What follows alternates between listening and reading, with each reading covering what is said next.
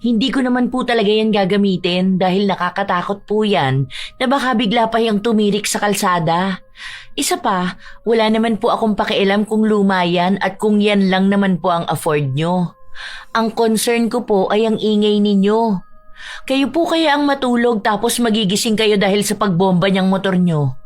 Sa totoo lang po ang pangit ng tambucho niyan, sobrang ingay.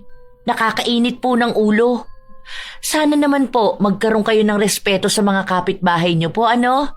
Kasi po hindi lang po kayo ang nakatira rito. May gusto pong magpahinga ha. Konting hiya naman po, ano? Mababwisit na babae ito Ang kapal na mukha mo sabihin na ito lang afford namin.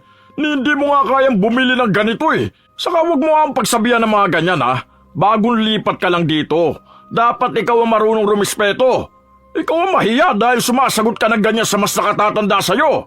Tanda mo to sa oras na manghingi ka ng tulong sa akin, hindi kita tutulungan. Ay, wag po kayong mag-alala. Hindi po ako hihingi ng tulong sa inyo dahil kahit nga po sarili nyo hindi nyo matulungan.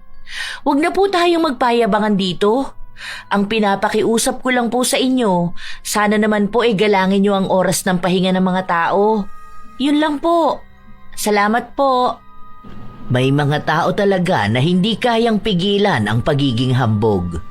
Ipinagmamalaki ang mga bagay na hindi naman dapat. At nagiging masama ang ugali dahil akala nila ay sila na ang mas nakakaangat. Ito ang ugali ni Manuel na kinaiinisan ng lahat ng kanilang mga kapitbahay. Ang ugali rin na magdadala sa kanya sa isang sumpa na mahihirapan siyang makawala. Mapapabago ba siya nito o sadyang pipiliin niya pa ring manatili sa ugaling kinaiinisan ng lahat? Ay, salamat po rito, sir. Sakto po kasi mag-o-order pa lang sana ako ng ulam ko. Masarap yan kasi ang nagluto niyan yung anak ko nag-aral ng culinary sa Maynila. Kilala mo si Chef Boy Logro? Alam ko na kilala mo yun kasi sikat yun Napapanood pa yun sa TV. Kilala yun ng anak ko. Isa yun sa pumuri ng luto niya. Alam mo ba yung anak ko na yun? Nagtatrabaho yun sa isang sikat na kainan sa Maynila. Bumisita lang yun dito. Gamit nga niya yung binili sa kanya sasakyan ng boyfriend niya Kaedad mo lang yung anak ko na yun. Pero ang dami na niyang achievement sa buhay. Ngayon may kondo na yun sa Maynila. Ay, wow! Congrats po sa anak nyo. Ang galing naman po niya. Sabihin nyo na lang po na salamat po rito sa niluto niyang ibinigay nyo sa akin. Bagong kapitbahay ka lang din kasi namin, kaya naisipan kong bigyan ka. Nandyan nga yung anak ko tara, gusto mo ba siya makausap? Para magtanong ka sa kanya kung paano maging matagumpay sa ganyang edad. Salamat na lang po. Saka na lang po kapag bumalik na ulit siya dyan. Hindi pa po kasi ako tapos maglinis ng bahay Ang gulo pa po kasi. Dahil ang dami pa mga gamit na hindi pa nailalabas sa karton. Sige. Sasabihan kita sa susunod kung kailan yun uuwi. Minsan kapag umuwi yun, may mga dala yung pasalubong sa amin. Alam mo kasi, ang dami niyang kakilalang artista. Mga kaibigan niya, si Dimples Romana, kilala yun ng anak ko. Kasi palagi yung kumakain doon sa pinagtatrabahuhan niya Ako rin po, kilala ko po yun kasi napapanood ko siya. Ikaw napapanood mo lang. Yung anak ko, nakakausap niya pa.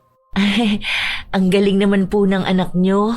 Oo naman. Hindi lang siya. Pati yung dalawa ko pang anak. Hindi ko alam kung nakita mo na yung isa pero kasama namin nakatira dyan.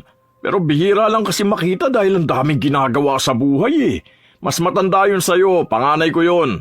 Ang kaedad niya yung anak ni Aling Doray. Pero mas successful naman ang anak ko, no? Yung anak no nagtatrabaho bilang production operator. Wala naman po yatang masama kung ganun ang trabaho ng isang tao. Lalo na kung nakakatulong naman sa pamilya niya. Hindi Kapag mga ganun trabaho, mga mababa lang yun, no? Parang hindi siya matagumpay na tao. Ang mga matatagumpay yung mga anak ko. Isang chef, isang businessman, tapos isang manager. Ikaw ba, anong trabaho mo? Freelancer po ako. Graphic designer po, ganun. Minsan naman po digital artist. Ay, wala ka palang maayos na trabaho, no? Maayos na trabaho po yun. Hindi lang po halata dahil freelancer po ako. Wala akong pinaka-boss. Madalas po na client, ganun. Or per kontrata ang ginagawa ko. Tapos, nasa bahay lang po. Hindi ganun kaayos na trabaho tulad ng sa mga anak ko. Yung manager, ganun. Nakapagtapos ka ba ng pag-aaral? Opo, bali graduate po ako ng Fine Arts. Ay, bakit naman ganyan ang kinuha mo? Hindi ka man lang ba pinagalitan ng mga magulang mo? Nagsasayang ka ng pera para sa walang kwentang kurso. Dapat kinukuha mo yung katulad sa mga anak ko. Minsan nga, pag nandito yung mga anak ko, kausapin mo para mabigyan ka ng inspirasyon. Bata ka pa naman hindi pa huli ang lahat para magkaroon ng mataas na pangarap. Yang ganyan sa arts na yan, saka sa online work mo, naku, walang pera sa ganyan. Hindi naman yan totoong trabaho Sige po. O sige na, kumain ka na muna.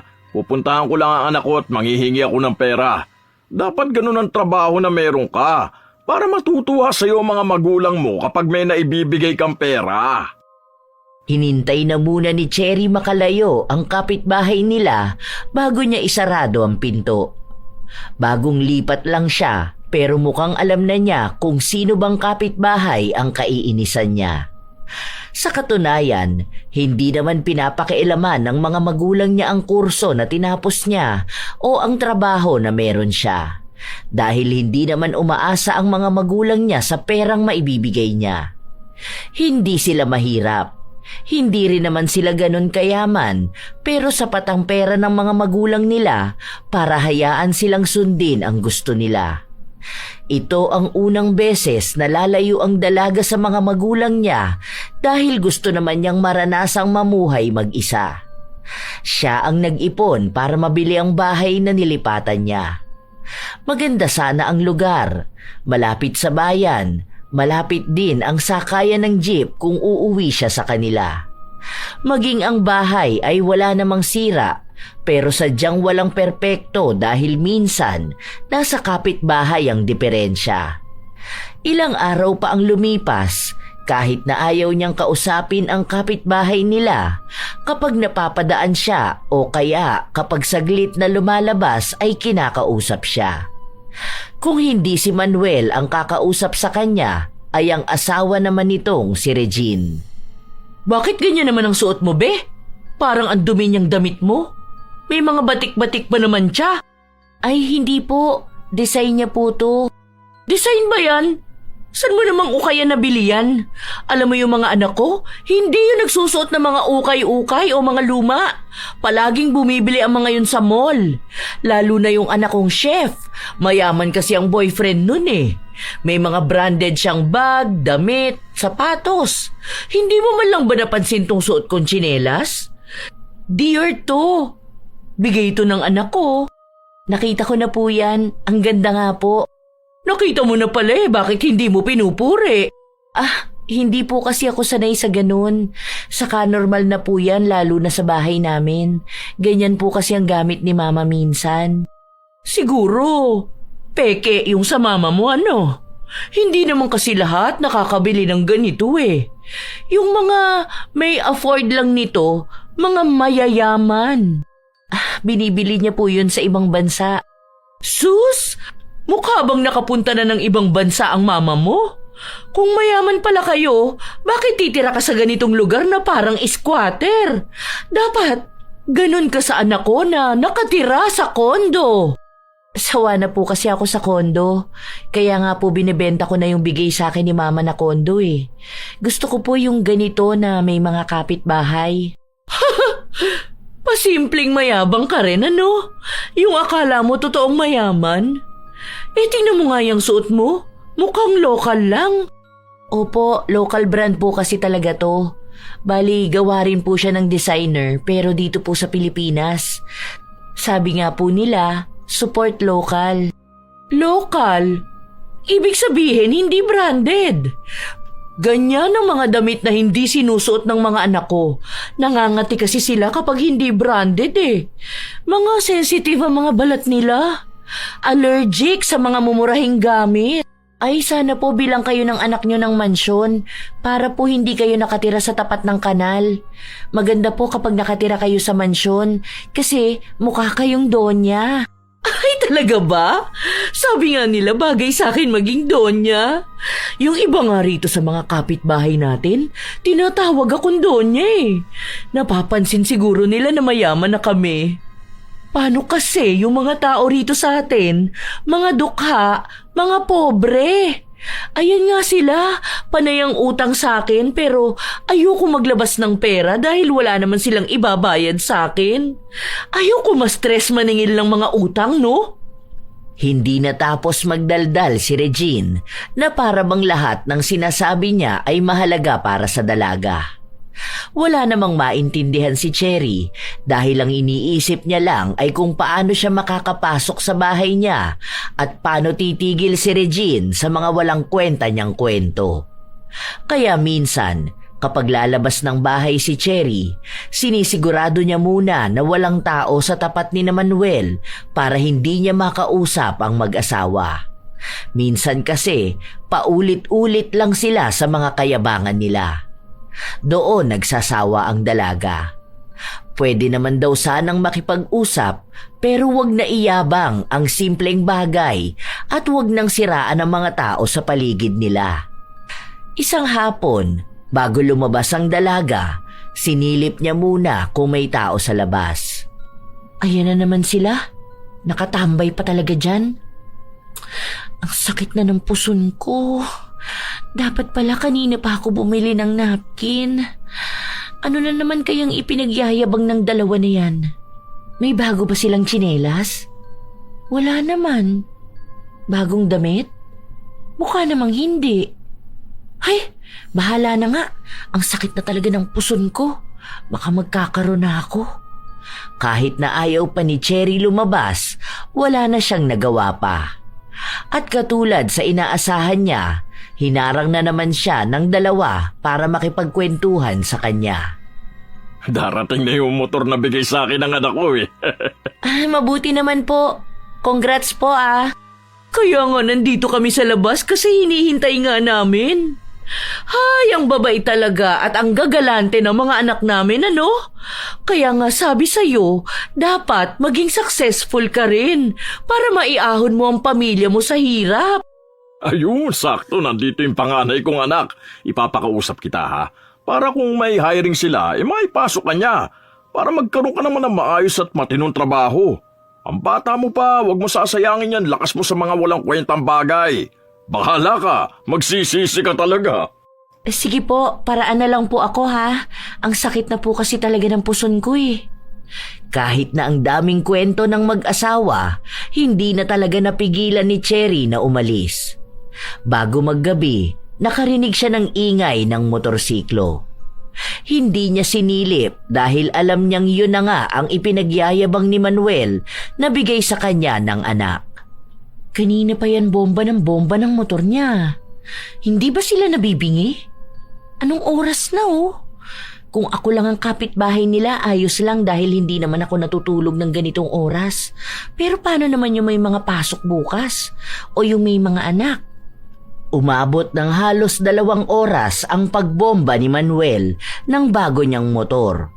Paraan niya yun para ipakita sa mga tao na may mamahalin na naman siyang gamit galing sa kanyang anak. Hindi pa naman nakikita ni Cherry ang mga anak ni Manuel pero base sa mga pagyayabang nila ay talagang propesyonal ang mga ito. Lalo na ang negosyante nitong panganay na anak. Kinabukasan, maaga pa lang ay naririnig na naman ni Cherry ang pagbomba ng motor. Ano ba yan? 6:00 pa lang oh. Kakatulog ko lang kaninang 3 a.m. Hindi ba nila titigilan yung bomba-bomba ng motor na yan? Pwede naman sanang mamaya na lang kapag tanghali. Huwag naman sana ganito kaaga. Hindi na nakatulog pa ang dalaga. Masama ang gising niya dahil sa inis, dumagdag pa ang ingay ng motor. Gusto sana niyang pagsabihan si Manuel pero naaalala niya ang sinasabi sa kanya ng iba nilang kapitbahay na kapag pinagsabihan niya ang mga ito ay ituturing na rin siyang kaaway. At kapag nangyari yun, palagi siyang paparinggan at lalo lang siyang iinisin. Ayaw isipin ng dalaga na nagkamali nga siya na sa ganoong lugar siya tumira kaysa sa kondo.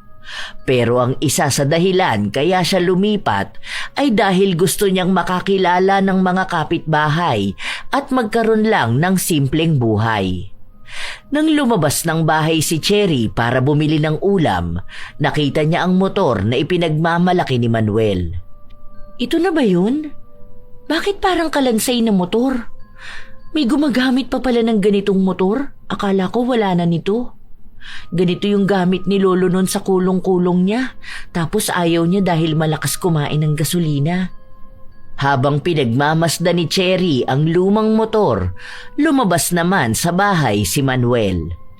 Oh, napatulala ka naman sa motor na bigay ng anak ko. Sabi ko sa'yo kagabi lumabas ka para makausap mo siya. Ano? Ganda no? Konting linis lang yan. Mamaya ko nga lilinisan yan eh. Saan niya po yan binili? Sa pagkakaalam ko po magastos sa gas yan. Hindi naman. Saka bihira ko lang naman to gagamitin dahil baka masira. Kapag pupunta lang ako sa bayan, ganun. Okay na rin po pala kung dyan lang. Akala ko po pupunta kayo ng malayo. Ang ganda no? Alam mo yung mga pobre nating kapitbahay, mga ignorante.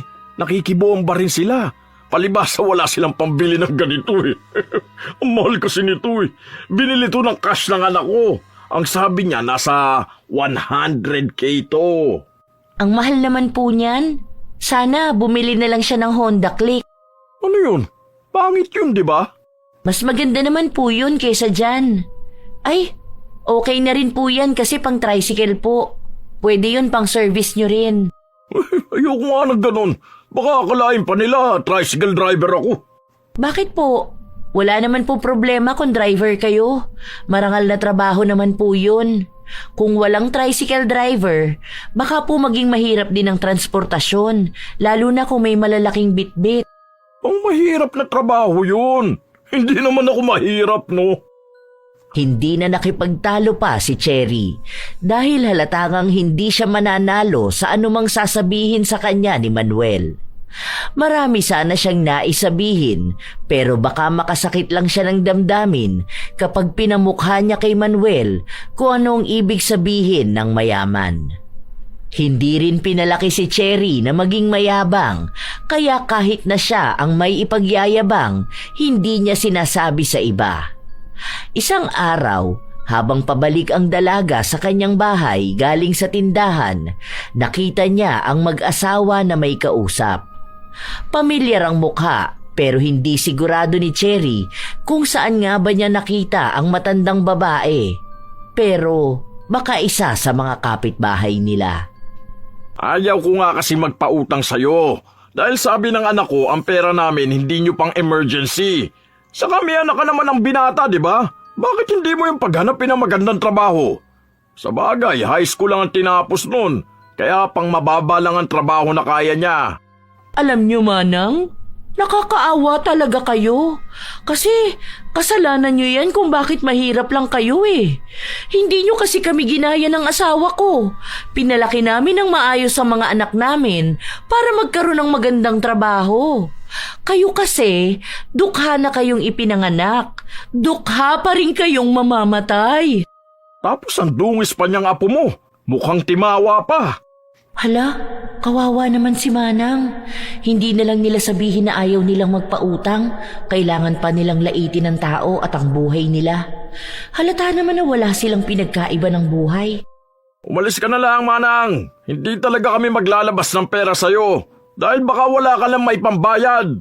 Depende na lang kung luluhod ka sa harapan namin tapos magmamakaawa.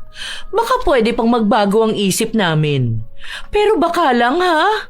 Kasi paano kung hindi kami maaawa? Baka kasi dinadaan nyo lang kami sa drama nyong yan. Tapos kapag singilan na, wala naman na kayong maibibigay. Luluhod na sana ang matanda pero biglang nagsalita si Cherry.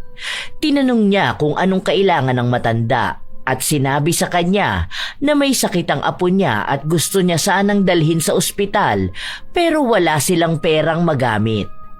Hinihintay niya pa raw ang padala ng nanay ng mga bata At yun ang ibabayad sa mag-asawa kung pauutangin man siya. Kaya ang ginawa ni Cherry, inutusan niyang dalhin na sa ospital ang bata at hanapin na lang doon ang tatay niya para makatulong ito sa kanila. Nagbigay rin siya ng maliit na halaga na magagamit pamasahe. Baka sa mukha ng mag-asawa na hindi sila natuwa sa inasta ni Cherry. Ano naman yun? Bakit nagbigay ka ng pera? Tapos paaasahin mo pa yung tao na may makikita siyang doktor sa Lasar? Meron naman po dahil doktor doon si Daddy. Daddy? Baka sugar daddy mo. Hindi po. Tunay ko pong tatay. Kalukuhan. Pakunwaring pagyayabang lang yan. Imposible na anak ka ng doktor. Ano yun? Hahayaan ka ng tatay mo maging mahirap? Ni wala ka nga sasakyan eh. Wala ka magandang gamit. Hindi ka tulad ng mga anak ko na halatang mayayaman talaga. Galing mo rin magpanggap, no? Saka, paano ka naman magkakaroon ng doktor na tatay kung walang kwenta ang kurso na kinuha mo? Hindi ka man lang pinagsabihan ng tatay mo? Tapos ang trabaho mo hindi pa totoong trabaho. Sino ba namang kikita sa mga drawing-drawing lang? Hindi ko naman po kayo pinipilit na maniwala sa akin. Pero ang trabaho ko po ay trabaho talaga. May kinikita po ako. Binabayaran po ako ng malaking halaga. Sus, ang malaking sahod yung katulad nung sa mga anak ko. Kaya ako sa'yo, tigilan mo na yung pagkukunwari mo na mayaman ka at anak ka ng doktor. Yan ang nangyayari kapag nakatira ka lang mag-isa sa bahay. Nako, nakakabaliw talaga. Ano ba yung sinasabi nila? Delulu ba yun? Hindi ko alam ang ibig sabihin nun pero tigilan mo na yung pagiging delulu mo. Pasikat ka masyado. Dito sa lugar na ito, kami lang ang mayaman. Dahil mayaman ang mga anak namin. Ang totoo pong mayaman, hindi na kailangang ipangalandakan sa lahat na mayaman sila. Dahil ang totoong mayaman, kilala kung sino ang mayaman at nagmamayaman lang. At kapag may totoong humihingi ng tulong, talagang tumutulong sila. Ang mga taong mayayabang ay yung mga taong hindi talaga mayaman. Hindi po ako delulu, dahil kayo po ang delulu. Pasensya na po kung na-real talk ko kayo ha. Bakas ang inis kay Cherry dahil hindi na niya kaya pang manahimik.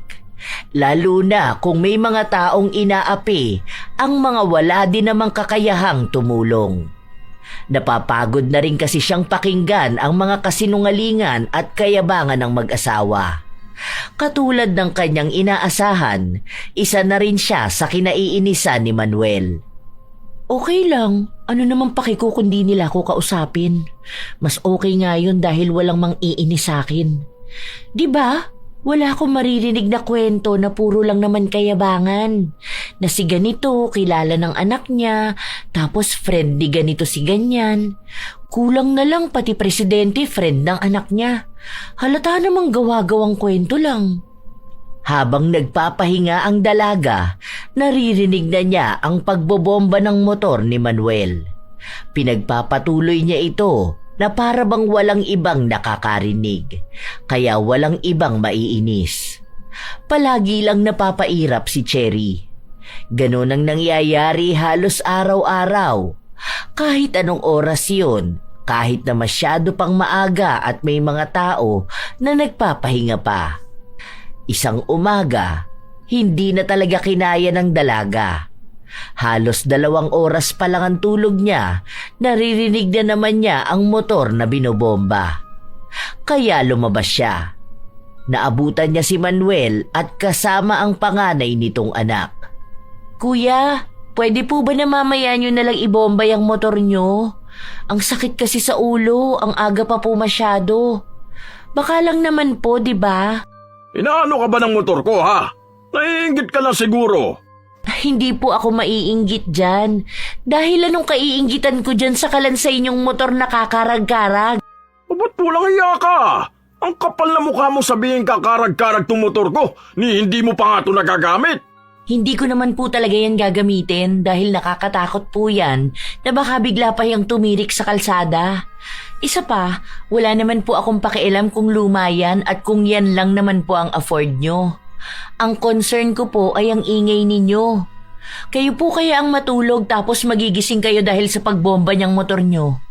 Sa totoo lang po ang pangit ng tambucho niyan, sobrang ingay.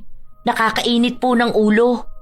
Sana naman po magkaroon kayo ng respeto sa mga kapitbahay niyo po, ano? Kasi po hindi lang po kayo ang nakatira rito. May gusto pong magpahinga ha. Konting hiya naman po, ano? Mababwisit na babae to Ang kapal na mukha mo sabihin na ito lang afford namin. Hindi mo nga kayang bumili ng ganito Saka wag mo ang pagsabihan ng mga ganyan Bagong lipat ka lang dito. Dapat ikaw ang marunong rumispeto.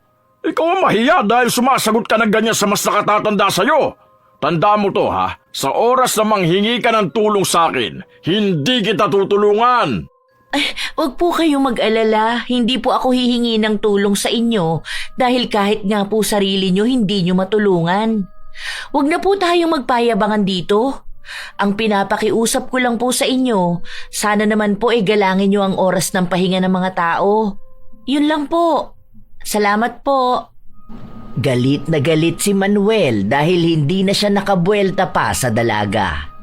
Hindi na kasi siya hinintay pang magsalita, agad na siyang tinalikuran at pumasok sa loob ng bahay.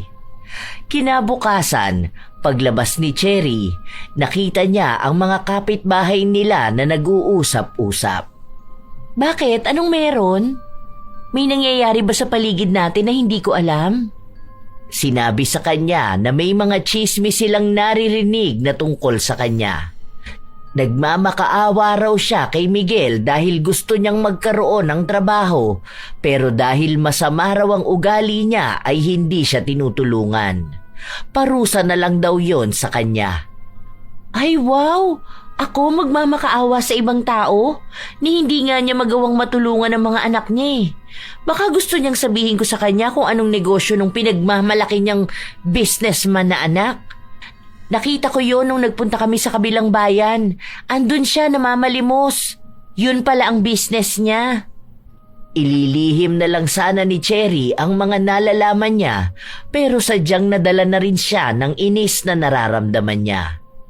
Dahil sa kanyang mga sinabi, nagkaroon na naman ng bagong bulong-bulungan ng mga tao. At base sa inaasahan niya, sinugod siya sa bahay ng mag-asawa. Dalawa pa talaga sila, kaya alam ni Cherry na malala na ang naging problema. Ano yung kasinungalingang pinagsasasabi mo sa kanila? Ha? Bait-baitan ka lang kung titingnan pero mapanira kang tao? Wala namang kasinungalingan doon. Nadulas lang ako. Hindi ko naman sinasadya na masabi yun. Kayo kasi ang nanguna Inilaban ko lang ang sarili ko. Bakit niyo sinasabi sa kanila na nagmamakaawa ako sa inyo para lang pakabitin niyo ako ng kuryente? Hindi naman ako naputulan. Pero wala kang karapatan na siraan ang mga anak ko. Hindi ko sila siniraan Isa lang ang sinabi ko, yung sa businessman. Totoo namang nakita ko siyang namamalimos Hindi pulubi ang anak ko! Baka ikaw ang pulubi! Dahil tingnan mo yung suot mo, halatang mumurahin lang. Basahan lang namin yan, ano? Basta alam ko, nagsasabi ako ng totoo. Kung ano ang nakita ko, yun na po yun. Sorry kung hindi nyo rin alam. Lumipat ka lang dito para manggulo sa amin Kilalanin mo kung sino ang binabangga mo Dahil malalaking tao ang mga kilala namin. Baka gusto mong ipakulong kita ngayon dahil dyan sa mga maling chismis mo. Ay, kalma lang po tayo, ano?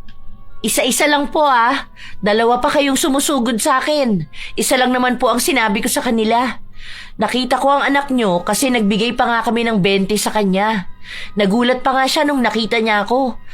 Saka hindi naman po ako makakapagsalita ng ganon kung hindi nyo rin ako sinimulang i-chismis. Di ba po?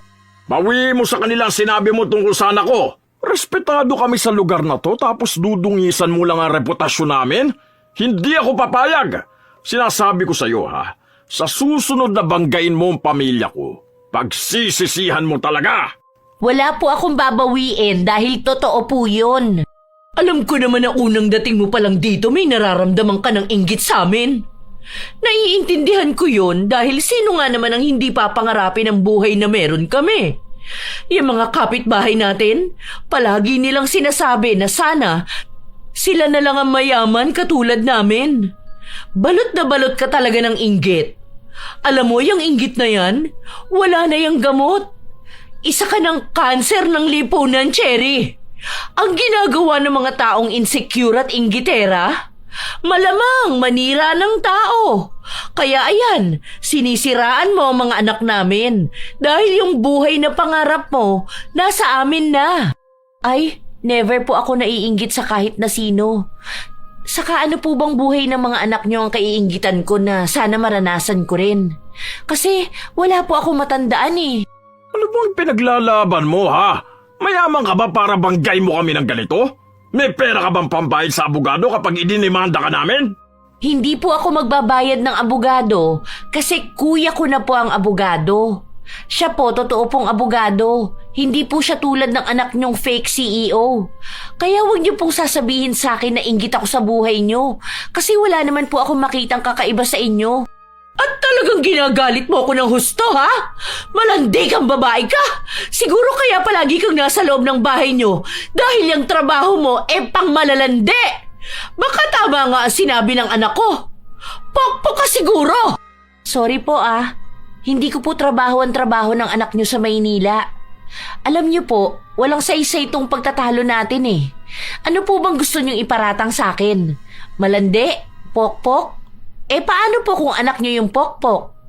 Ano pa ba? Walang pinag-aralan? Hindi naman kasi graduate naman ako ng kolehiyo. May work din naman ako. Sa akin pa nga tong bahay na binili ko mismo ng cash. May kondo ang anak niyo? Meron din naman ako. Pero sa akin nakapangalan kasi akin yun mismo. May motor?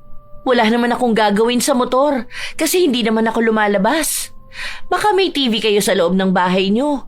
Meron din po ako. Ayan, ang laki. Ano pa bang dapat nyong ihabang sa akin? Sige po, isa-isahin natin. Pasok kayo sa bahay ko. Upo po kayo sa bagong bili at malambot kong sofa. Fully paid, cash basis. Napakayabang mo, animal ka! Akala mo naman nasa iyo na ang lahat at ikaw lang ang may kakayanang mamuhay ng ganyan. Hindi po ako nagyayabang. Sinasabi ko lang po yung palagi niyong sinasabi. Ginaya ko lang po ang mga linya niyo. Bakit naman po kayo nagagalit sa akin? Galit na galit si Manuel at para masisi palalo si Cherry ay nagpanggap siyang inatake sa puso. Agad siyang isinugod sa ospital at hinihingian ng pera ang dalaga para daw sa nagastos nila sa pagpapagamot ni Manuel at ang ibabayad nila sa ospital. Agad na tumawag si Cherry sa kanyang ama para tanungin ang kalagayan ni Manuel at nalaman niya na wala naman itong sakit. Nagpunta lang sa ospital para magpatingin pero wala naman silang babayaran. Nang itanong ng kanyang ama kung kilala niya ba yon, ay hindi niya sinabi ang katotohanan. Dahil baka kapag nalaman na may problema siya sa kanyang mga kapitbahay, ay palipatin siya ng titirhan. Gusto niya pa naman ang bago niyang bahay, pati ang iba niyang mga kapitbahay. Sadyang ang problema niya lang ay ang mayabang na pamilya ni Manuel.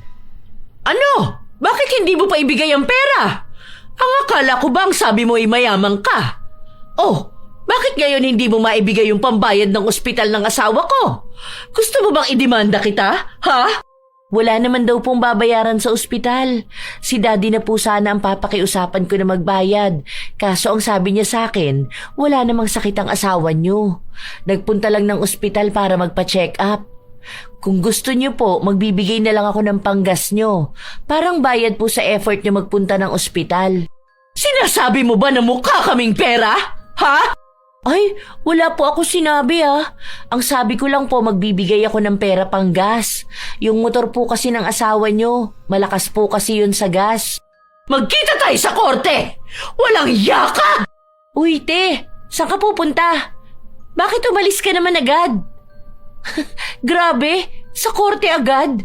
Bilis naman ang demandahan dito. Wala namang ginagawa yung tao. Ilang araw na ang nakalipas pero palagi pa ring nagagalit si Manuel sa dalaga, lalo na kapag nakikita niya ito. Minsan pa, nakasabay niya si Manuel sa tindahan, binangga pa siya nito para maunahan siyang bumili. Pabili nga ako ng Coke, 1.5. Nagluto kasi yung anak kong chef Nandyan sa bahay ngayon, dala yung bago niyang boyfriend na mayaman. Chinese yun, boss ng isang company sa Pasay. Ang pogi nga tapos mabango pa. Hindi siya katulad nung Chinese ni Lara na mukhang mabanto tapos ang taba pa. Itong anak ko, magaling kasing pumili ito ng lalaki. Doon na siya nakatira sa kondo ng Chinese na boyfriend niya.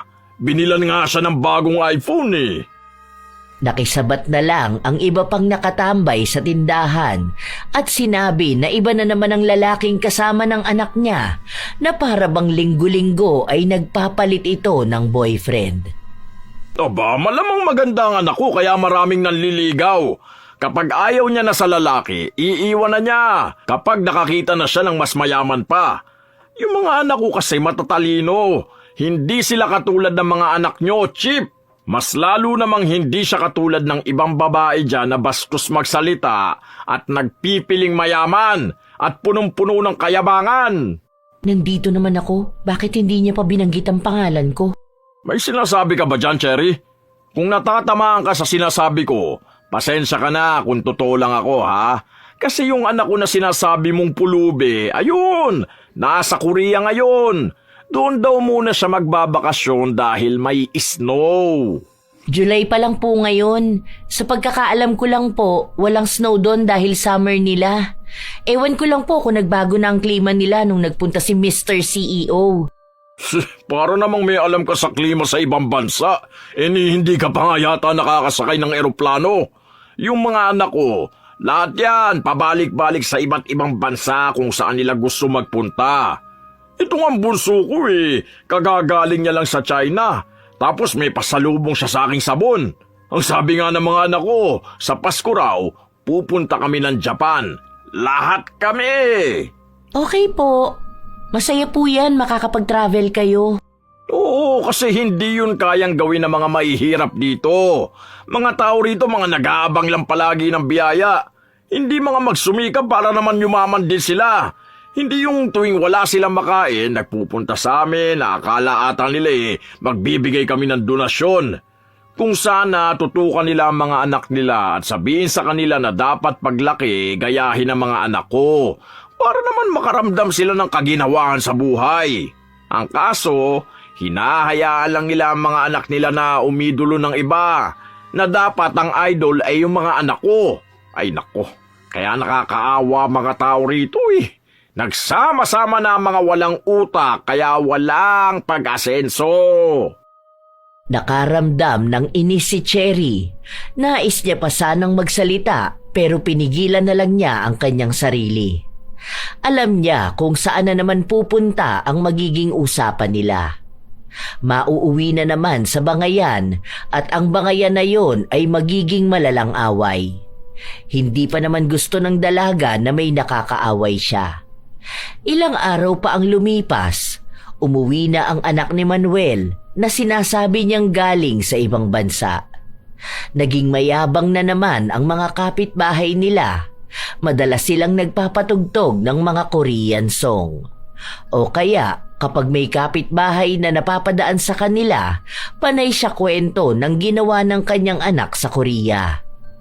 Binaliwala na lang yun ni Cherry dahil wala naman siyang planong makinig sa mga kayabangan at kasinungalingan ng pamilyang yun.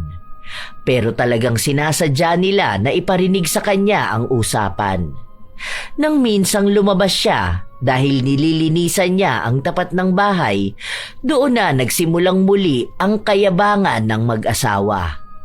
Kaya natutuwa talaga ako sa mga anak natin Iba talaga kapag totoong may mga pinag-aralan, Hindi natutulad sa kahibangan ng ibang tao na akala mo sila ang matalino at mayaman. Ewan ko ba? Ang mga tao lang naman na nagagalit sa tagumpay natin yung mga taong inggitera. Sinabi mo pa. Dapat kasi kapag inggit, pikit. Talagang nagpaparinig pa sila, As if naman nakakainggit sila. Kung may kaiinggitan lang ako ay unang beses nagkaroon ng snow sa Korea kahit na summer. Basta kapag nagpunta tayo ng Japan, gusto ko magsuot ng makapal na jacket. Libre pa naman ang anak nating mayaman yun. Kung hindi ba naman tayo sinuswerte sa kanila, di ba? Ay, baka biglang mausog ng mga inggitera yung plano natin. Meron pa naman dyan sa paligid. Hindi talaga matutuloy yan kung puro kayo kayabangan sa buhay. Paparinig pa kayo sa akin. Wala naman akong pakialam sa inyo. Hindi naman din ako sa inyo nang hihingi ng pangkain ko. Iniisip ko pa nga kung sinong pwede nating isama sa Japan eh. Di ba ang sabi ng anak nating boyfriend na mayaman, pwede pa tayo magsama ng isa pa? Sagot naman nila lahat eh. Kaso wala akong kilala na pwedeng isama. Ayoko naman yung mga pobre nating kapitbahay. Mga ignorante yun eh. Baka makakita lang ng malaking building, isipin na nila nasa lugar sila ng mga engkanto. Ayoko pa naman ng ganong kasama. Yun bang nakatingala pa sa malalaking building, tapos nakanganga pa? Natatawa na lang ang dalaga sa mga naririnig niya. Sina Manuel at Regine lang talaga ang nakilala niyang mahirap na sobrang yabang at hinahamak pa ang mga kapwa niya mahirap. Para bang alam na niya lahat ng bagay at yung mga simple lang naman ay inaakala niyang gawain na ng mga mayayaman. Iniisip na lamang ni Cherry na baka paraan na lang yon ng mag-asawa para pagaanin ang loob nila. Pero hiling na lang ng dalaga ay wag nilang matahin ang ibang tao dahil kung magsasabi sila ng mga panlalait sa mahihirap, ibig sabihin lang ay nilalait din nila ang kanilang sarili. Gusto sanang sabihin ni Cherry na hindi naman na nila kailangang magpanggap na mayaman para respetuhin ang iba. Dahil kung sila mismo ay rumirespeto, malamang ay magiging mabait sa kanila ang mga taong nasa kanilang paligid. Pero kung masama ang ugali nila, kahit na mayaman sila, wala pa rin silang matatanggap na respeto. Hating gabi na pero may maingay pa rin sa tapat ng bahay ni Manuel. Nag-iinuman sila. Patapos na ako rito sa ginagawa ko at antok na rin ako. Hindi pa ba sila titigil? Hindi ba sila inaantok? Palaging alanganing oras nag-iingay. Tapos mamaya niyan maaga na naman niyang ibobomba ang motor niya na para bang alarm clock naming lahat. Ay, nakakainis na talaga. Mas lalong lumakas ang ingay sa labas. May mga tawanan at murahan. Halatang lasing na silang lahat. Gusto mang pagsabihan ng dalaga, hindi niya magawa dahil alam niya na magbubunga na naman yon ang awayan, lalo pat may tama ng alak si Manuel. Hanggang sa natapos na lang siya sa ginagawa niya at gusto na sanang matulog. Pero palakas ng palakas ang ingay. Hanggang sa nagpatuloy ang kaninang niyayabang ni Manuel. Gusto niyo pa ba? Pwede pa bumili ng alak? Alam niyo, marami ang pambili dahil nagbibigay sa akin ng pera ang mga anak ko. Ano mo namang gawain ng mga mayayaman, kundi ang magpakasarap sa buhay, di ba? Hindi niyo yun alam dahil simula pa lang naman noon, mahihirap na kayo. Hindi man lang gumanda ang buhay niyo eh. Alam niyo, awang-awa talaga ako sa mga pobre na gaya niyo eh. Sa totoo lang, dapat di na ako nakikipagkaibigan sa inyo eh. Kaso kasi, kilala ko na kayo noon pa man. Kaya kung gusto niyo rin gumanda ang buhay niyo gaya ko, dapat sundin niyo ang mga payo ko. Alataan niyo naman siguro kung gaano ka respetado sa lugar namin, no? Kapag mayaman ka talaga, walang pipigil sa mga gusto mong gawin. Tignan mo, anong oras na pero nandito pa rin tayo nag-iingay. Pero wala kayong naririnig na reklamo, no? Kasi alam nila kapag kinontra nila ako, malaking tao ang makakabangga nila. Hindi nila ako kakayanin. Malakas ako eh. Mayaman kasi ako. Yung mga punyet ang mga kapitbahay ko na yan, kahit duru-duruin ko sila, hindi silang magre-reklamo. Kasi nga, mawala silang mga pera. Mga pobre. Grabing sagad naman ang kayabangan nito. Akala mo talaga kung sino siya. Hindi lang siya pinapatulan dahil palagi siyang nag-aamok. Pakunwari lang naman ang yaman nila. Tapos peki naman yung mga branded na gamit nila. Naaalala ko na naman yung sinabing nangangati sila kapag hindi branded ang suot. Sana mangati nga ng tuluyan ang buo nilang katawan sa tuwing gagamit sila ng hindi branded. Gusto na sanang palampasin ni Cherry ang ingay ni na Manuel, pero aalis pa siya kinabukasan at kailangan niyang magkaroon ng sapat na tulog. Pero paano siya makakapagpahinga kung ayaw naman magpatulog ng mga nagiinuman? Tumayo siya at lumabas. Kuya Manuel, baka naman po pwedeng pakihinaan ang boses niyo. Ang lalakas niyo po kasing mag-usap. Magkakatabi naman po kayo. Magkakarinigan naman po siguro kayo, no? Inaantok na po kasi ako. Naanto ka na pala bakit di ka ba matulog? Ako pa ang may kasalanan?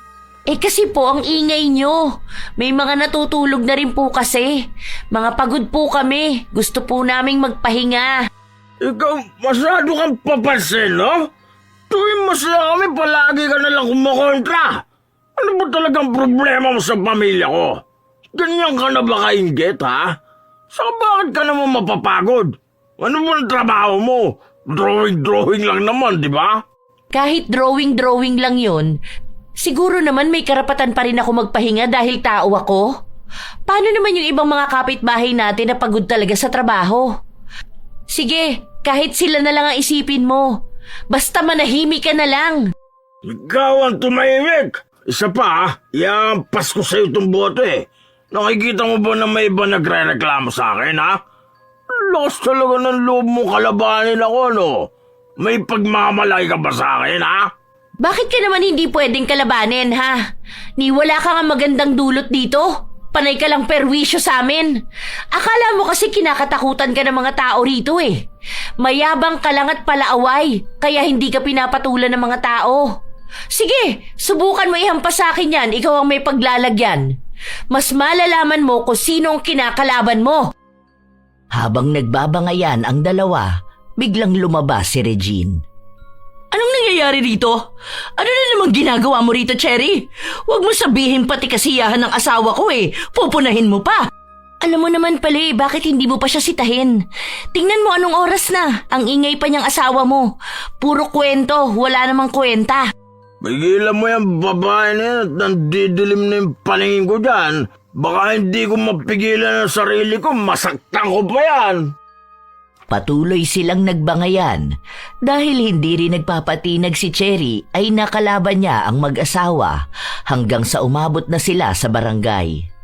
Sobrang lasing na kasi ni Manuel at sa takot ng dalaga na baka totohanin nito ang banta ng pananakit sa kanya.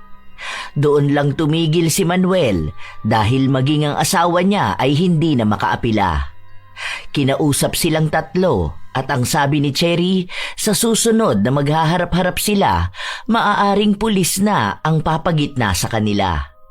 Para bang asong nabahag ang buntot ni Manuel, lalo na nang pagsabihan siya sa barangay. Pero nakatago ang galit nilang mag-asawa dahil pakiramdam nila ay napahiya talaga sila. Kinabukasan, pag-uwi ng dalaga galing sa labas, naabutan niya si Regine na nasa tapat ng bahay niya at mukhang sinilip siya sa loob. Wala ako dyan. Bakit? Wala lang. Masama bang tingnan kung andyan ka sa loob? Depende sa dahilan. May kailangan ka ba sa akin? Mukha bang kakailanganin ka namin? Hindi nyo naman pala ako kailangan eh. Bakit sumisilip ka pa sa bahay ko? Sabihin mo na ngayon. Depende na lang kung may ginawa ka. Makikita ko rin naman dahil may CCTV ako. May CCTV ka? Sure ka ba? Bakit ka naman maglalagay ng CCTV? May pambili ka ba nun? Hindi na kumibo pa ang dalaga. Agad na rin siyang pumasok sa loob ng bahay niya pero tinawag ulit siya ni Regine. Totoo nga na may CCTV ka? Sasabihin ko ba kung wala? Huwag ka nalang magpaliwanag sa akin dahil malalaman ko rin naman kung anong ginawa mo rito sa bahay ko. Ipapanood ko na lang sa'yo kapag na-upload ko na sa social media. Ano ba ulit name mo sa FB? para itatag kita. Wala naman akong ibang ginawa. Inayos ko lang naman yung bintana mo. Inaayos mo o sinisira mo? Kakapaayos ko lang yan. Basta, inayos ko lang. Huwag mong ipopost ang mukha ko ha. Kakasuhan kita. Okay, kung gusto niya ng kasuhan, then go. Pagod na ako makipagtalo pa. Bago matulog ang dalaga, tiningnan muna niya ang kuha ng CCTV. Nakikita niya kung paano magtangka si Regine at ang anak niyang baklasin ang bintana niya. Mabuti na lang at matibay ang gamit na ipinalit niya. Dahil sa inis niya, ipinadala niya kay Regine ang kuha na yon at sinabi na sa susunod na mahuli niyang pinapakialaman ng bahay niya, sisiguraduhin ni Cherry na hindi lang sila makukulong kundi mapapahiya rin. Hindi humingi ng tawad si Regine. Sa halip ay ipinaglalaban niyang inaayos lang niya ang bintana.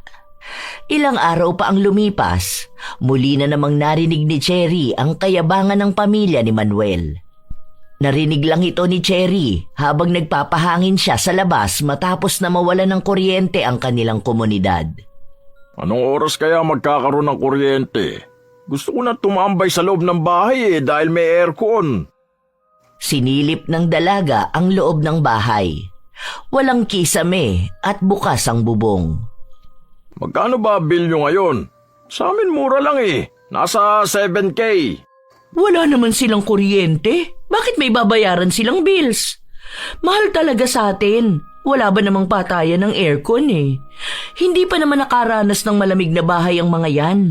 Kaya nga tumatambay yan sila sa mall para kahit paano maranasan naman nila ang aircon. Ganyan din gawain ng pamilya ni Harold.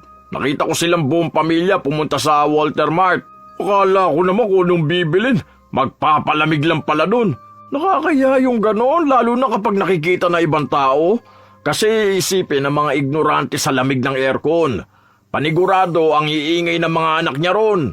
Hindi pa naman mapagsabihan ng mga batang yun. Nagsalita ang kapitbahay nila at sinabi na nagpapaayos na ng bahay si Harold.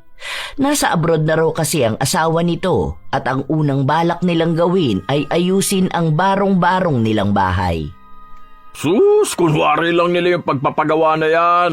Nakita ko nga yung bahay nila Ang naipagawa lang, nagpalit lang sila ng trapal. Malabo na makapagpadala ng malaki ang asawa noon. Ano bang trabaho no sa abroad? Alila lang yun Katulong ba? Ang daming sinabi ng kapitbahay nila at maganda naman kung papakinggan. Pero sadyang hindi nagpapatalo si Manuel. Ayaw niyang nakakarinig ng kwento na may ibang taong nagtatagumpay. Para bang gusto niya ay siya lang ang may magandang buhay. Walang karapatan ng iba na umunlad. Yung CCTV natin, mahal. Ayusin mo, baka hindi makuhanan yung sa harapan ng bahay. Hirap na, baka may mga tao diyang magtangka ng masama sa atin. Nalaman lang na may CCTV ang bahay ko. Meron na rin sa kanila. Lahat na lang Ano pa kayang gagayahin ng mga to? Maayos na yan. Saka lagi naman ako nakabantay sa bahay. Walang iba magtatangka dyan. Aba, subukan niya lang at maghahalo ang balat sa tinalupan. Hindi na kumibo pa si Cherry. Pumasok lang ulit siya sa bahay niya para kunin ang kanyang tablet. Lumabas siya, bit-bit din ang maliit niyang bentilador. Ay, mabuti na lang pala nakapag-charge ako. Pero feeling ko malulobat na rin to. Napatingin sa pwesto niya ang mag-asawa at dalawa pang kapitbahay na nakatambay din sa labas. Nagtanong pa ang isa kung magkano raw ba ang bili niya sa bentilador niya. Ay, hindi ko po alam kasi regalo po sa akin to ng ninang ko. Pero sa Japan po to nabili. Nung bumisita po siya sa amin, binigay niya po to. Sos! Baka naman Japan surplus lang dyan sa kabilang bayan. Para lang kunwari may masabi na galing sa Japan. Akala mo talaga may kakayahan silang makabili ng ganyan? Che! Lumang brand naman yan. Yan yung mga nire-repair lang Tapos pwede mo mabili kapalit ng mga lumang alahas o lumang coins. Baka kamo nagyayabang lang yan para sabihin na may ganyan siya.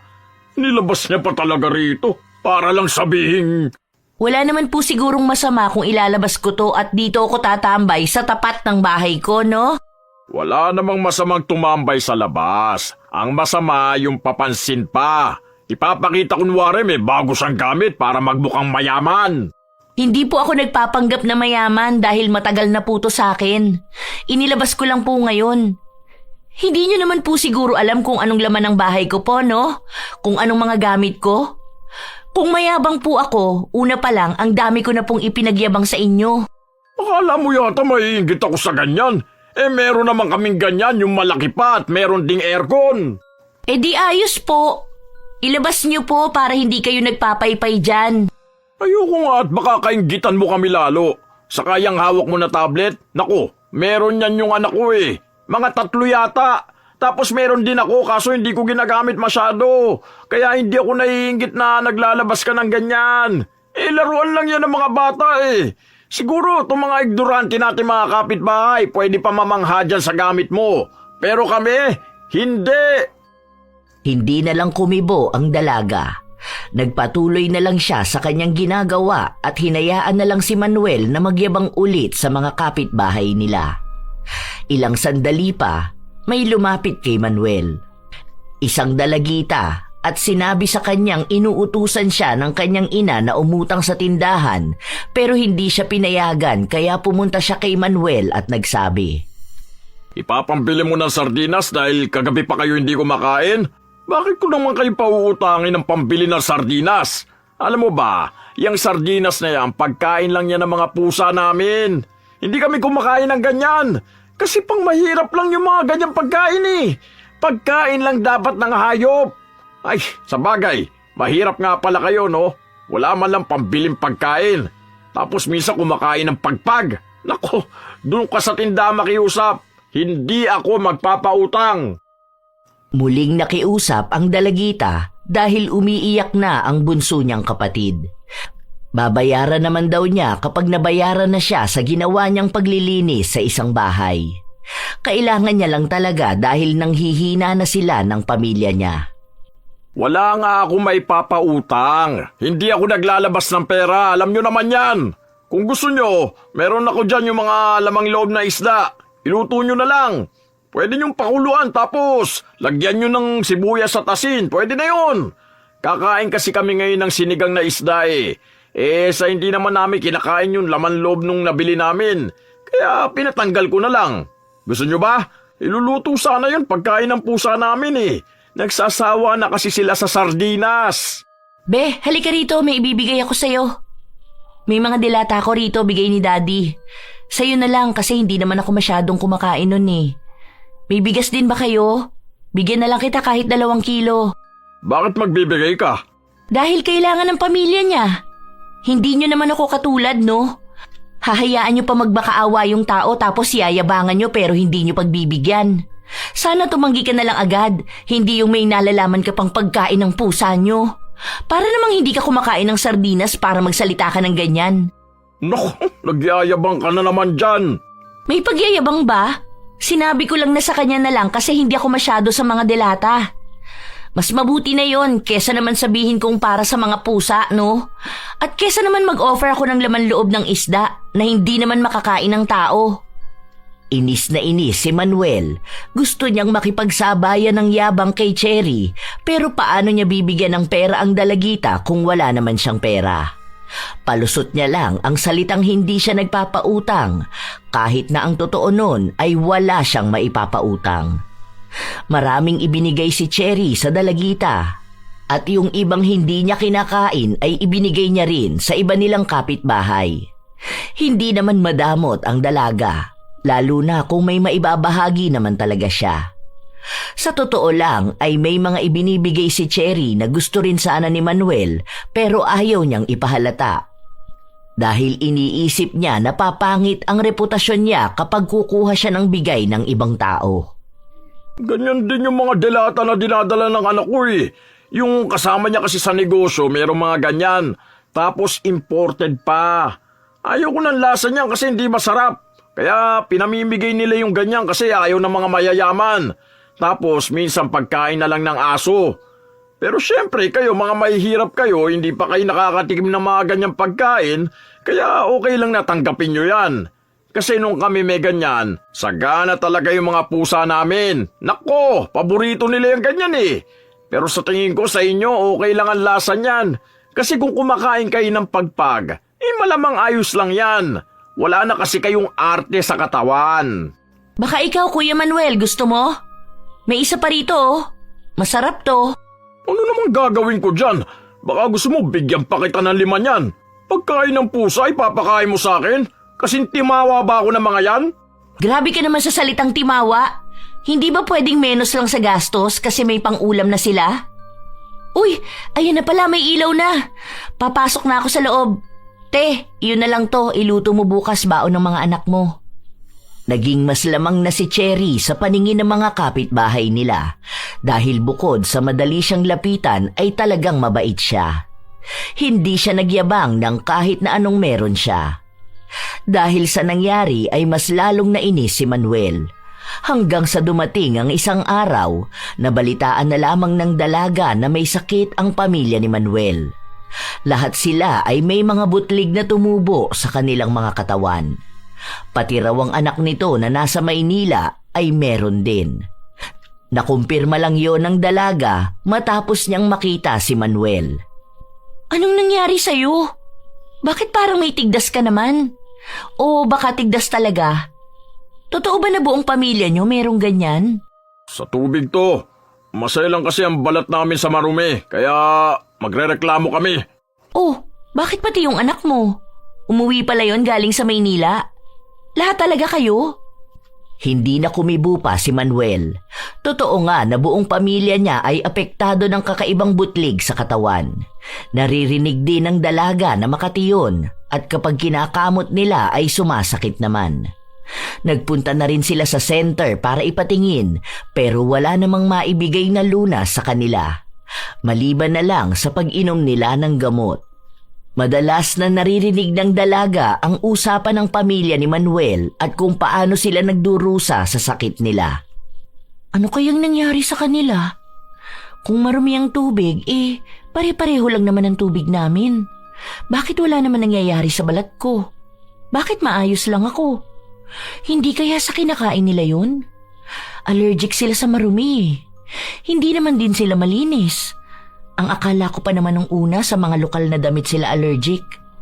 Teka, parang naaalala ko na hiniling kong sana mga tiyambuo nilang katawan kapag hindi branded ang suot nila. May kinalaman ba yun? Ano yun na manifest ko? Ano yun, parang sinumpa ko sila? Ay hindi, baka nagkataon lang yun. Baka may ginawa sila kaya ganun ang nangyayari sa kanila.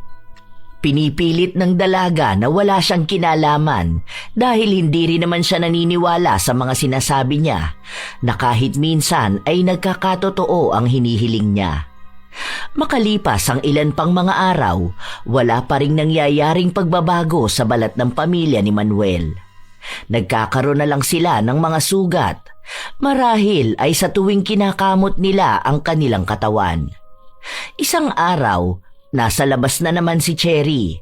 Naglilinis siya ng harapan ng bahay niya. Nakita niya ang mag-asawa na nagbabanli ng kanilang katawan. Teka lang, Abdi, ang init. Sandali lang, aray ko. Huwag mo munang igalaw. Kaya nga yan masakit dahil pinapatay ang mikrobyo. Isusunod ko pambanlian yung mga anak natin. Kawawa naman sila. Hindi pa naman sanay sa mga ganito ang balat nila. Buisit naman kasi tong allergy natin eh. Hiniwalayan patuloy ng mayamang Chinese ang anak natin. Huwag mo nang isipin yung Chinese na yon. Ang dami pa naman diyang mayayaman lalaki. Siya ang nawala ng magandang girlfriend. Ang problemahin natin kung paano ito mawawala. Makikisabat lang ako.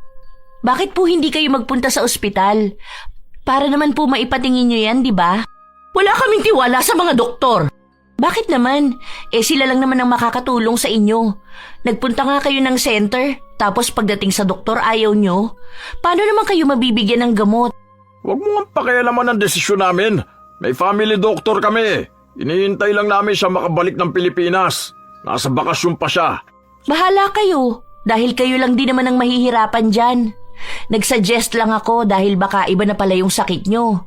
Nakakatakot lang dahil baka may virus na kayo. Buong pamilya niyo ba naman eh?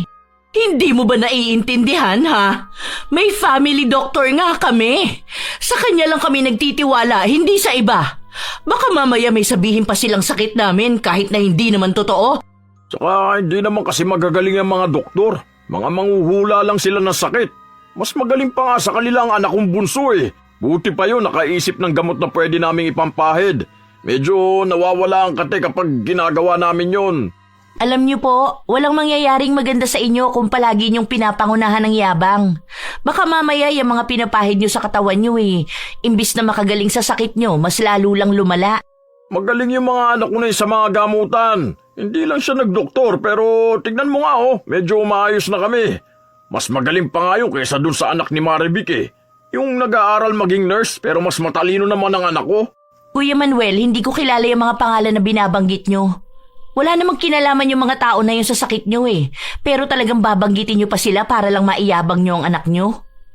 Kung ako sa inyo, time first muna sana sa kayabangan ano? At tupagin niyo na lang muna sana yung kalagayan niyo. Ay basta, hintay namin ang family doctor namin. Kahit wala naman? Sinasabi mo ba na sinungaling kami? Okay, sige. Wala naman ako magagawa eh. Basta ako, nagsabi lang. Nakakaalarma kasi ang nangyayari sa inyo eh. Alangan naman na hayaan ko rin. Kasi mamaya nakakahawa pala kayo. Tapos dikit-dikit tong bahay natin. Itong sakit namin, allergy to ng mga mayayaman. Baka meron lang nadikit sa amin na gamit ng mga mahihirap eh. Lahat ng nakapalibot sa atin puro pang mahirap. Ito mismong tinitirhan natin pang mahirap na to. Kaya sana, wag na kayong umarte na para bang dati kayong nakatira sa mansyon, ano? Kung dito nyo na pinalaki ang mga anak nyo, ang ibig lang sabihin nun, mahirap kayo. Walang nakakahiya sa pagiging mahirap. Mas nakakahiya yung nagmamayabang ka at minamata mo yung kapwa mo mahirap. Kabago-bago mo lang dito ha. Kaya huwag ka magsalita dyan na parang nasubaybayan mo ang buhay namin. Okay, sige. Baka sabihin nyo na naman nakikialam ako. Matigas talaga ang ulo ng pamilya ni Manuel at ayaw nilang magpatingin sa doktor. Sa halip nga na magbago sila, mas nangingibabaw pa rin talaga ang kayabangan. Iniisip na lang ni Cherry na marahil ay parte na ng buhay nila ang pagiging mataas ang tingin sa sarili. Ilang linggo pa ang nakalipas, mas lumalala na ang sakit sa balat ng pamilya ni Manuel. May mga sugat na sila sa iba't ibang bahagi ng kanilang katawan na siyang nagiging dahilan kaya kinatatakutan na sila. Iniiwasan na sila ng mga tao dahil iniisip nila na baka kapag lumapit sila o madikit sa katawan ng isa sa pamilya ni Manuel ay mahahawa sila. Arte nyo ah! Ano ba akala nyo sa sarili nyo mga malilinis na tao? Kung makaiwas kayo sa amin, daig pa namin ang may nakakahawang sakit ah! Kami pa nga dapat na umiwas sa inyo dahil kayong mga mahihirap, mga dukha, mga pobre, mga walang mararating sa buhay. Kuya, mali naman ata yung mga sinasabi mo. Sa halip na makita mo kung anong mali sa inyo, talagang mas pinatibay nyo pa ang pagiging mayabang at masama ang ugali. Ano bang pakialam mo ha? Isa ka rin naman sa kanila, di ba? Ikaw na nagpapanggap na mayaman. Hindi ako nagpapanggap. Magkaiba tayo ng ginagawa. Akala mo ba hindi ko alam na wala na kayong makain? Na mapuputulan na kayo ng kuryente dahil wala makapagtrabaho sa inyo? Kaya nga gusto nyo ibenta na ang motor nyo kaso walang bumibili. Kung hindi yan pagiging mahirap, anong tawag dyan?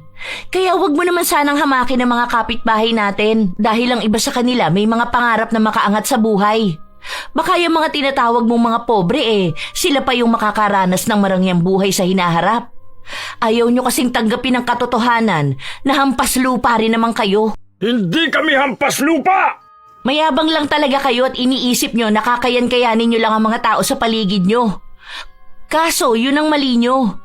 Kaya ayan, pinaparusahan na kayo. Sa dami nyo ba namang nilait na tao rito Sa dami ba naman ang kinutya nyo sa pagiging mahirap nila, kahit mahirap din naman kayo? Allergic kayo sa pagiging mahirap, di ba? Ngayon, ayan, mas pinapadama sa inyo lalo kung ano ba kayo.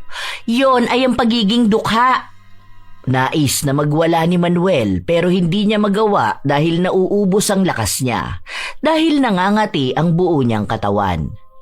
Ang buong pamilya niya ay ganun din ang nararamdaman. Pero kahit na ang dami ng salitang binitawan ng dalaga, hindi pa rin matanggap ni na Manuel na tama nga siya. Ilang araw pa ang lumipas na tuluyang nawala ng kuryente ang bahay ni na Manuel. Wala na silang makain, wala nang kahit na ano.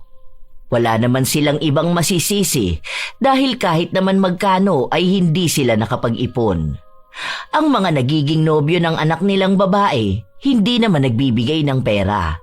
Sa katunayan, ang mga pinagyayabang nilang bigay ng mayamang lalaki ay hindi totoo.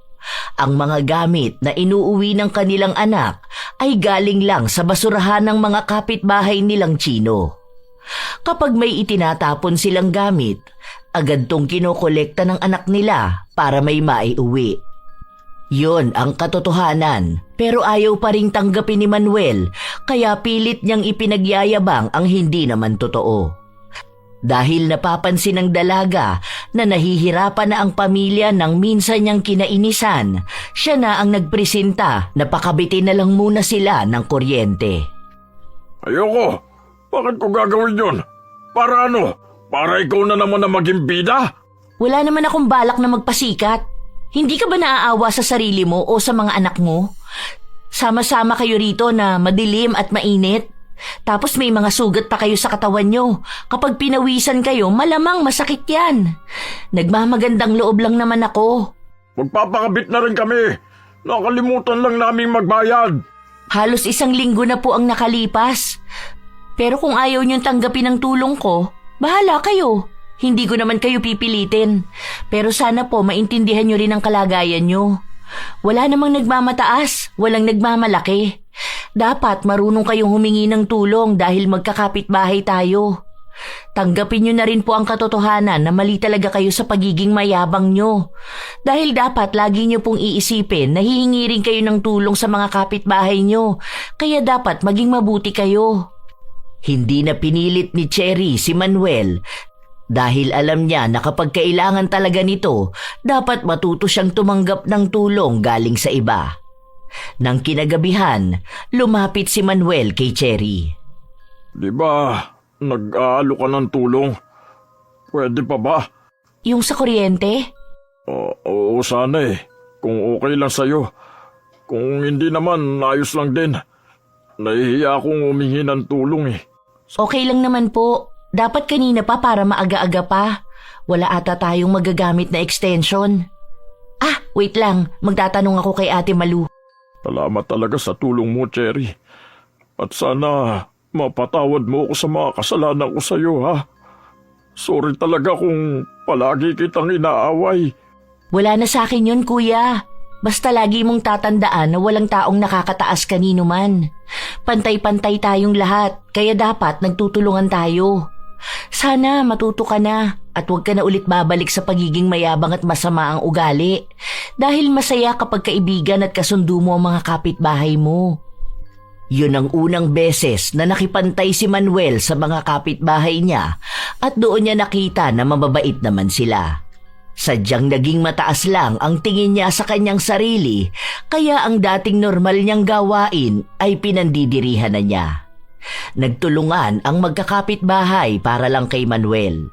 May mga nagpapaabot ng pagkain sa kanila at may nakapagsabi rin na mas maganda kung magpatawa sila. Baka kaya ganon ang nangyayari sa kanila ay dahil nanuno sila. Wala namang nasabi ang magtatawas pero tinuruan sila kung anong dapat gawin para gumaling sila. Habang nagpapagaling naman ang pamilya ni Manuel, iniisa-isa niyang hingian ng tawad ang mga kapitbahay niya. Lalo na ang mga minaliit niya. Doon niya inamin ang katotohanan tungkol sa mga anak niya at kung ano ba ang tunay nilang trabaho. Mga gawain para lang may kitain na perang siyang papawi sa kanilang mga gutom na sikmura. Sa paglipas ng mga buwan, unti-unting gumaling ang pamilya ni Manuel at naging malapit na rin sila sa kanilang mga kapitbahay. Isang araw, kumatok si Manuel sa pinto ng bahay ni Cherry. Kagigising lamang ng dalaga nung pagbuksan niya ito. Bakit, kuya? May dala akong ulam para sa'yo. Luto yan ng anak kong chef. Isa po ba tong ulam na to sa tinuro sa kanya ni Chef Boy Logro? Oo, yung anak kong kaedad mong successful sa buhay na may bago na namang Chinese na boyfriend. Naging biruan na nila ang mga ganong salita, lalo na kapag naaalala ni Cherry kung paano magsalita noon si Manuel. Naging maayos na ang lahat sa kanilang komunidad. Kung sino ang humihingi ng tulong ay binibigyan ng sino mang may kakayahan. Ang dating nagmamataas na si Manuel ay naging kakampi na ng kanyang mga kapitbahay. Isa sa pinapasalamatan nila ay si Cherry dahil kung hindi siya kumalaban noon kay Manuel, marahil ay hindi pa rin makikita nito kung ano ba ang mali niyang ginagawa. Minsan talaga, may mga taong nabubulag ng kayabangan. Kahit wala naman silang tunay na maipagmamalaki, iniisip pa rin nilang mas angat sila kaysa iba. Hindi nila namamalayan na ang pinagmamalakihan nila ay mga taong mas maayos at mas matagumpay ang pamumuhay. Hindi naman masama ang mangarap na yumaman o damhin ang pakiramdam ng kaunlaran. Ang nagiging mali ay ang maliitin at laitin ang mga taong nagdadaan sa parehong hirap na minsan mo ring dinanas. Mas mainam na pairalin ang pagpapakumbaba sapagkat ang pagpapakumbaba ay nagdadala ng respeto at tunay na dangal.